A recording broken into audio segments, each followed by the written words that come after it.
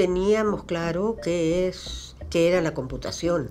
No se sabía en aquella época, pero sí que se estaban abriendo senderos que eran prometedores, que iban a dar muchos frutos en términos de conocimiento y que había que estudiar.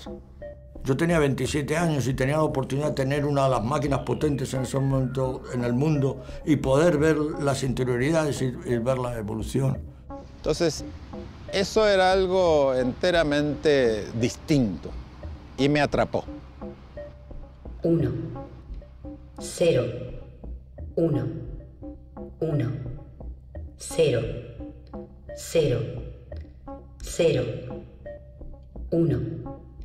Buenos Aires, Ciudad Universitaria, Facultad de Ciencias Exactas y Naturales, 1961. La computadora Mercury 2, número 18, apodada Clementina, está en marcha. Es la primera computadora científica en Argentina. El Instituto de Cálculo comienza sus actividades. Su director, el doctor Manuel Sadowski, promueve el uso de Clementina para resolver problemas de importancia nacional.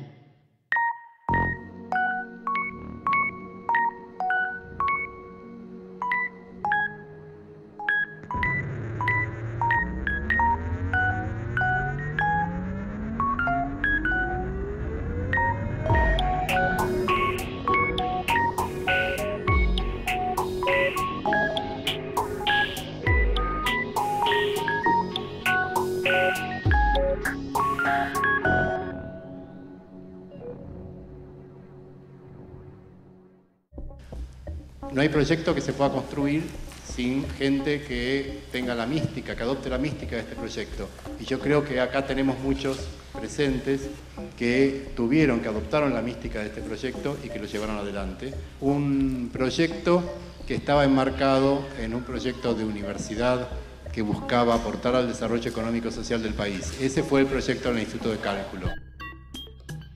En el Instituto de Cálculo, los pioneros de la computación argentina realizan sus primeros trabajos. Muchos investigadores de la Facultad de Ciencias Exactas y Naturales les encargan complejos cálculos matemáticos. Clementina entra en acción.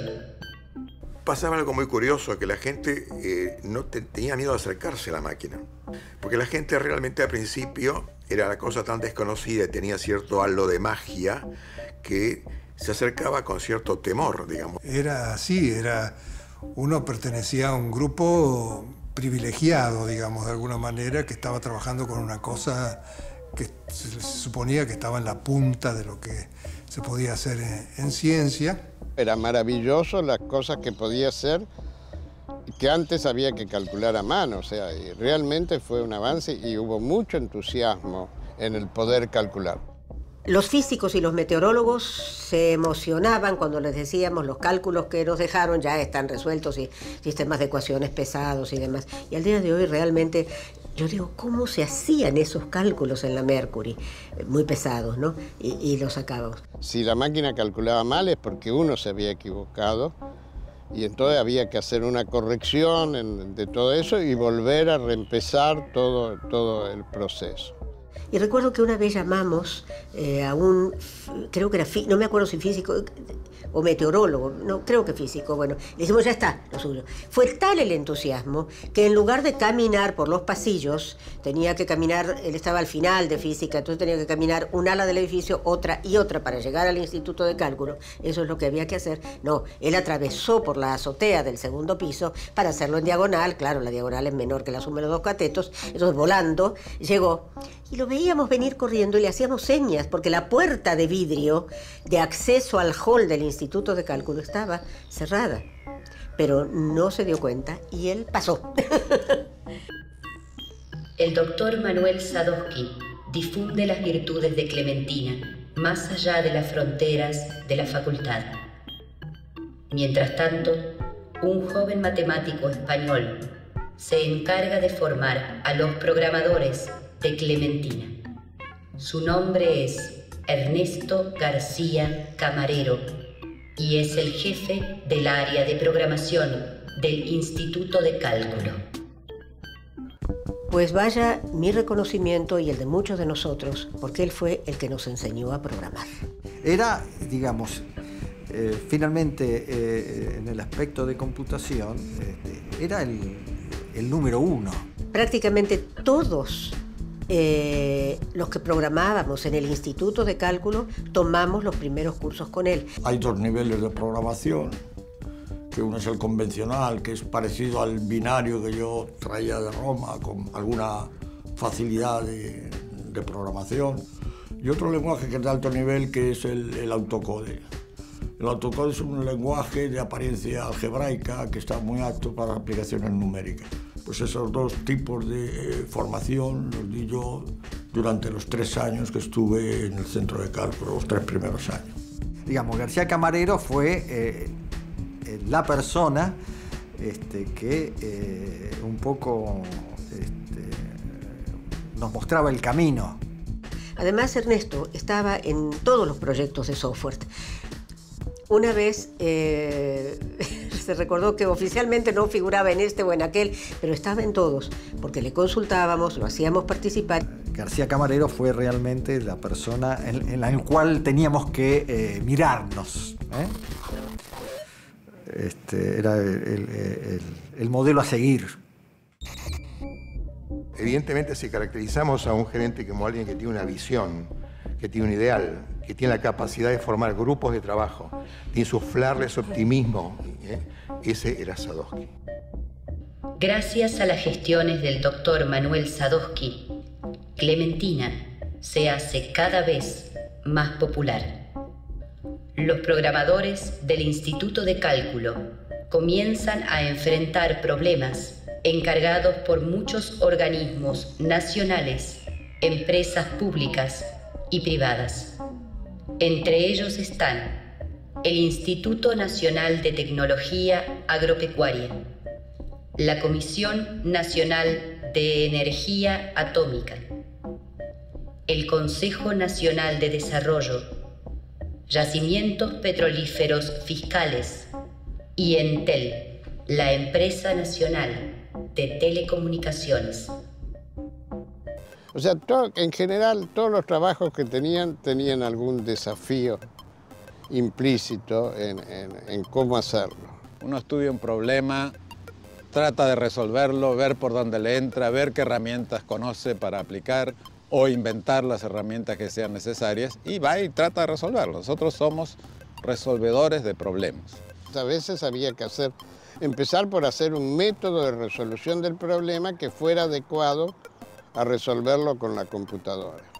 Hay que trabajar con estilo, hay que hacer programas bien, hay que hacer programas claros. La manera que nosotros estudiábamos los problemas es un método que se llama diagramas de flujo. Es decir, tú tienes unos casilleros que tienen significado y decías, si pasa esto, voy por este camino y calculo tal cosa, si pasa lo otro, voy por el otro camino y pasa tal otra cosa. Había que tener una gran capacidad para ver la forma en que se complicaba todo y poder seguirlo con claridad. Hay una parte importante en la programación que es cuando no funciona encontrar el error. En eso ayuda mucho que una persona de afuera revise el texto, revisar el programa. Bueno, eso lo hacíamos, era una pérdida de tiempo importante porque además es un programa que tú no habías hecho, que no sabías de qué se trataba ni nada, pero nos ayudábamos en eso. Ese problema de que uno no encuentra sus propios errores pasa en los escritores también. O sea, la visión de alguien de afuera era fundamental en la revisión de corrección de programas. El Instituto de Cálculo tiene una triple misión: docencia, investigación y servicio. Solo acepta problemas cuya resolución implique un desafío para los pioneros de la computación argentina. Teníamos algunos problemas propios en el sentido de que nosotros queríamos aprender más y hacíamos investigación en algunos temas y entonces nos generábamos nuestros propios problemas. Es decir, si había un proyecto, había una idea, por más loca que fuera, Jamás se le dijo nunca a nadie que no. Era a lo sumo que espere, que entienda las condiciones. Pero, digamos, eso era un hervidero de ideas, de proyectos. Pero todos estábamos todo el día, y más de una vez toda la noche. En aquella época, cuando la computadora se ocupaba de las cosas de uno, era totalmente de uno. Porque no había tiempo compartido, no había multiprogramación, nada, era monoprogramación y era la computadora para mí. De los problemas que resolvíamos, en general sí salían técnicas. Algunas después vimos que estaban inventadas, unas las reinventamos, otras las creemos que haberlas hecho primero que en otros lados. Otra cosa que hubo que hacer era organizar la biblioteca de programas, cosa que era esencial, ¿no? Porque entonces estábamos en comunicación con otros centros de cálculo que tuvieran también Mercury para intercambiar los programas que cada uno de nosotros desarrollábamos. O sea, cuando tú resolvías un problema y lo hacías mejor que lo que se hacía antes y veías que el usuario estaba tan contento de poder arreglar así sus cosas, tú te sentías muy bien. Y evidentemente cuando, digamos, estábamos aquí en el Instituto de Cálculo haciendo la biblioteca de programas, vaya que yo era libre. Yo llamaba o escribía a un colega que estaba en Bristol y decía, mira, que sé que tienes un programa y tal. Ah, ningún problema, te lo mando. Y yo lo usaba libre, ¿no? No le tenía que pagar canon ni nada. Y si él pedía lo mismo, ay, creo que habéis hecho tal, bueno, pues ahí te lo mando. No sé si ahora está en la biblioteca de programas. Sí, la comunicación era abierta y no había ninguna restricción en la utilización de los programas que circulaban. Yo invito a los jóvenes actuales a que conozcan algo de lo que hacíamos y cómo lo hacíamos, porque ahí está la simiente, ahí están los orígenes. Entonces no veamos solo las computadoras chiquitas de hoy día o todos esos juguetes raros que hay, sino que por qué se hacen. O sea, no digo hacer las cosas que hacíamos nosotros, pero no perdamos de vista los bits directamente, porque si no se convierte en magia oscura. Y eso, los que somos de computación, no lo debemos admitir jamás.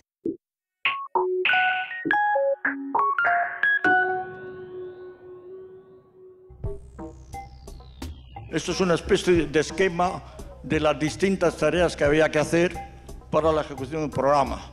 Desde que entraba, si el programa estaba estudiado, se pasaba directamente a programación. Si no estaba estudiado, se pasaba a estudio de programación. Si ya estaba verificado entrado, se preguntaba si estaba en la biblioteca de programas, en fin. Mientras el doctor Manuel Sadowski busca más y más problemas desafiantes, la doctora Rebecca Guber es quien organiza el trabajo y administra los recursos del Instituto de Cálculo. Ambos constituyen la dupla directiva. Sadowski con la doctora Guber era un dúo que funcionaba muy bien, se entendía entre ellos, se peleaban entre ellos y de alguna manera motorizaban todo lo que era necesario motorizar del Instituto de Cálculo. Sadowski era el gran pensador que tenía las ideas claras de a dónde quería llegar y qué quería hacer. Rebecca Guber era la subdirectora y la que realmente organizaba todo. Rebecca era de alguna manera la que materializaba y empujaba las cosas, las ideas y los conceptos de Sadowski, con el cual se peleaba muy a menudo. Porque evidentemente Manuel era hiperactivo e hiperkinético y algunas veces, como decimos hoy, se iba de mambo, digamos, ¿no? Y de alguna manera la Rebecca era la que lo bajaba a tierra, le pinchaba algunos globos y era la que después encargada de llevar adelante los proyectos. Y a Sadowski le pareció que podía ayudarlo. Ya más o menos ya tenía bastantes referencias mías y de mi manera de ser. Entonces me llevó al Instituto de Cálculo. Rebecca era la que se ocupaba de hacer funcionar el instituto todos los días y lo hacía con un enorme entusiasmo y con una enorme eficiencia. Pero al principio no sé si éramos 7, 8, 10, digamos, no más. Y llegar a terminar teniendo más de 100. Cuando empezó a haber más gente programando, trayendo programas, hubo que hacer turnos. Y era una pelea conseguir tiempo de máquina. Porque a veces cuando hay grupos de gente, un grupo dice, no, es que lo mío realmente es lo más importante, o tengo que hacer una entrega, entiendan ustedes, eso puede esperar. Bueno, entonces hace falta alguien que nos llame un poco a la realidad, y la doctora Rebecca Guber lo hizo siempre muy bien. Era un buen equipo con Sadowski, formaban un buen equipo de conducción, digamos. Clementina es una computadora muy delicada. Para poder funcionar requiere un cuidadoso mantenimiento. El encargado de realizarlo es Jonás Payuk, el director del grupo de Ingeniería Electrónica del Instituto de Cálculo. De Payuk, lo que puedo decir es que era un ingeniero de hardware excelente. Él era el que curaba todas las dolencias de la Mercury. Había, como era una máquina también que había que mantener diariamente, había también un stock de material en la propia zona, diríamos, de mantenimiento, porque todos los días había que reparar alguna válvula que se fundía. O sea que había también un almacén, diríamos, y era un trabajo complicado, vamos. Teníamos pocas válvulas, nos faltaban, las válvulas tienen vida limitada, las termoiónicas, y en el año 63-64, la doctora Guber, que husmeaba por cuánto lugar podía encontrar alguna información, se enteró que había una computadora Mercury, la misma línea, que era la más grande de todas, que la Shell de Londres la había dado por finalizada y la había entregado a un chatarrero. Y me dice, Jonás, pronto te vas a ver qué día los podemos capturar de por ahí, digamos, conseguir. Yo finalmente, con la poca plata que teníamos, elegí todas aquellas cosas que nos podrían ser útil y los trajimos para acá. Creo que debo haber sido el único personaje en el mundo que compró una computadora por kilo. Porque entonces me traje, digamos, como chatarrero, me traje todo lo que el tipo me quería dar sin cobrar, me lo metía en unos cajones y vinieron acá y lo retiramos de la aduana y bueno, nos permitió seguir trabajando varios años más. La computadora Mercury 2, número 18, apodada Clementina, se alimenta con electricidad. Cuando sus válvulas termoiónicas se queman, deben ser reemplazadas. Para continuar con su trabajo junto a la computadora, los integrantes del Instituto de Cálculo también deben cuidar su propia nutrición. Comida lo habíamos resuelto porque fue justo cuando los carritos de la costanera se convirtieron en fijos. Y cerca del edificio donde estaba la computadora estaba el último carrito, que era el 59. Era un momento de distracción, al aire libre. Siempre íbamos 3, 4, 5. Si alguno tenía que quedarse, le traíamos a un sándwich, siempre. Era la única posibilidad que había, a no ser que uno intentara volver a su casa o a arrimarse más hacia el centro, donde fueran. Y lo único que podías comer en aquella época era carne, un chorizo, una morcilla, un bifecito. Pero comer todos los días un choripán era un poco cansón. Entonces, el dueño del carrito, con mucha habilidad comercial, como íbamos todos, no teníamos otro lugar, empezó a hacer platos, lentejas, o fideos, o un guiso. Nos mimaba en el sentido de que nos preparaba alguna sopa, o cosas que no fuera carne asada todos los días, ¿no? O sea, algo para darnos algún menú variado, ¿no? Pero comíamos mucha parrilla en esa época. En 1963, el doctor Manuel Sadowski impulsa la fundación de la carrera de computador científico, la primera de América Latina. Bueno, en ese momento en el mundo se discutía si era pregrado, posgrado, si debía ser un posgrado de los físicos. Los contadores querían que fuera exclusividad de los contadores, que solo los contadores pudieran programar. y tuvieran que firmar cualquier programa que se hiciera. Algunos decían la computación es administración, otros decían es una rama de la matemática, otros decían es una rama de la ingeniería eléctrica, otros de la electrónica, y algunos decíamos no, aunque no sabíamos qué era exactamente. Yo estaba estudiando matemáticas y computación al mismo tiempo. Nunca terminé matemáticas, me faltaban un par de materias. Me acuerdo en un curso muy difícil de funciones reales, había como 100 personas y aprobamos 3 el parcial.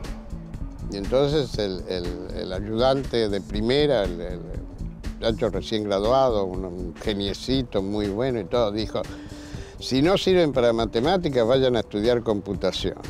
No la veían a la carrera de computación como una carrera importante de nivel igual.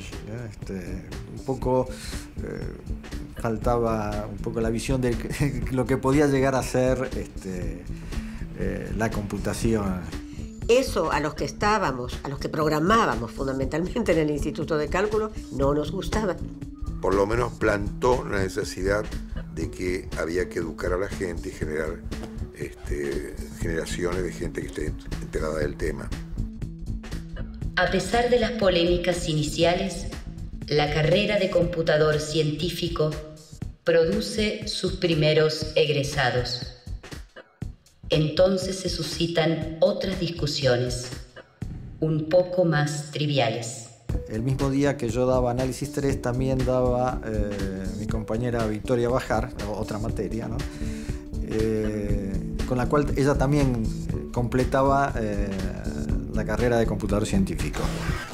Yo soy el primero que se recibió porque yo me recibí a mediodía, porque mi materia la di a la mañana y en cambio ella la tuvo que dar a la tarde.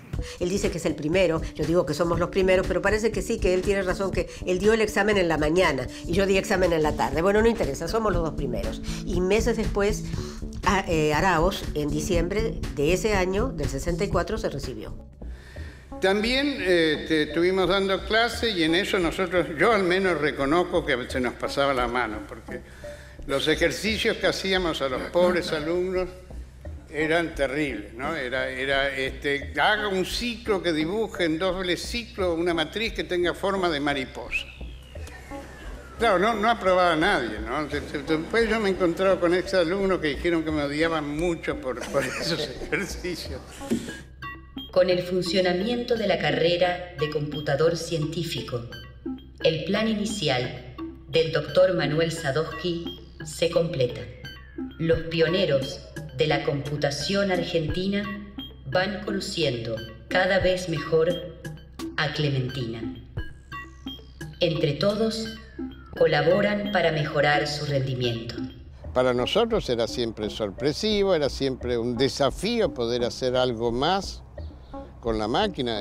Nosotros reprogramamos, los ingenieros agregaron funciones, nosotros desarrollábamos software que hacía mejores cosas y podía trabajar con más intensidad. Era un desafío constante para nosotros el aprender más de cómo funcionaba. Estábamos maravillados. Digamos, era algo que entusiasmaba. Tal vez no teníamos la idea completa hasta dónde podía llegar la cosa, digamos. Y la conciencia de que estábamos iniciando caminos nuevos. Pero el solo hecho era aventura, era una cosa, viste, que te desafiaba. Decía, ¿con qué me iba a encontrar hoy? Cada vez que venía allí decía, a ver, ¿con qué me encuentro hoy? Lo que nosotros empezamos de cero prácticamente. A mí me asusta pensar lo poco que sabíamos y sin embargo con total audacia, en su sentido positivo y su sentido negativo, nos largamos a hacer cosas. Y había mucho compañerismo, no había rivalidades realmente, nos ayudábamos todos en lo que podíamos, estábamos todos aprendiendo y tratando de saber cuáles eran los límites de eso. Y teníamos este director excepcional que era Manuel Sadowski y también la vicedirectora Rebeca Guber, que eran 2 personas absolutamente excepcionales y que lograran crear alrededor de ellos un ambiente de camaradería, de compañerismo, de falta de distancias formales justamente de intercambio entre todos. Había reuniones en las cuales cada uno explicaba lo que su grupo estaba tratando de hacer. Hacíamos un té donde nos reuníamos y cada uno contaba trucos que había encontrado, cosas que había aprendido para que los otros usaran. Nos ayudábamos unos a otros. Siempre insisto en decir que los mejores años de mi vida los pasé ahí. Es decir, el tipo de cosas que hicimos allí y luego lo que se generó de eso en mi vida ha sido algo que realmente me marcó.